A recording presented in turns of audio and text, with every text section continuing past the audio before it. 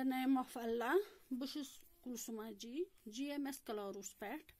Bushus Parnawa, 6th Social Studies. As Parnawas, Emok Duim lesson, Yaknawash globe, latitudes and longitudes.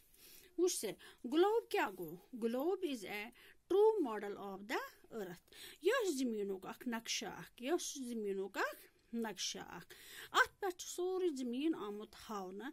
Yes, the use as Zimin check as Shushayatat. Zimin use yes, goal shape man.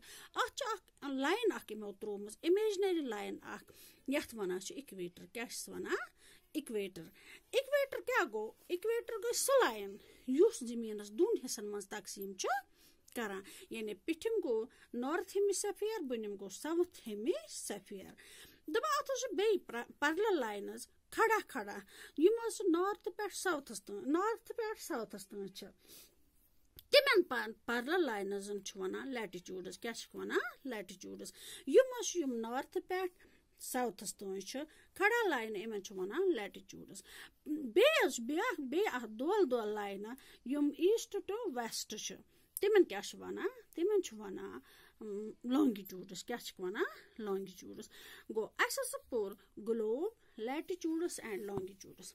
Globe Kago, globe is a true model of the Earth. Equator, an imaginary line running of the globe, divided it into two equal lines.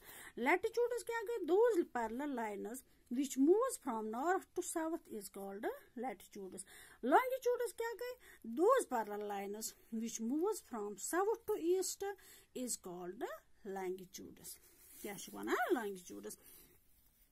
Biak shaht manzbag yelasal zimin natasha zimin chu kara move rotate ya yitpari ak manzim acha axis that manasha axis manzbag shaht ak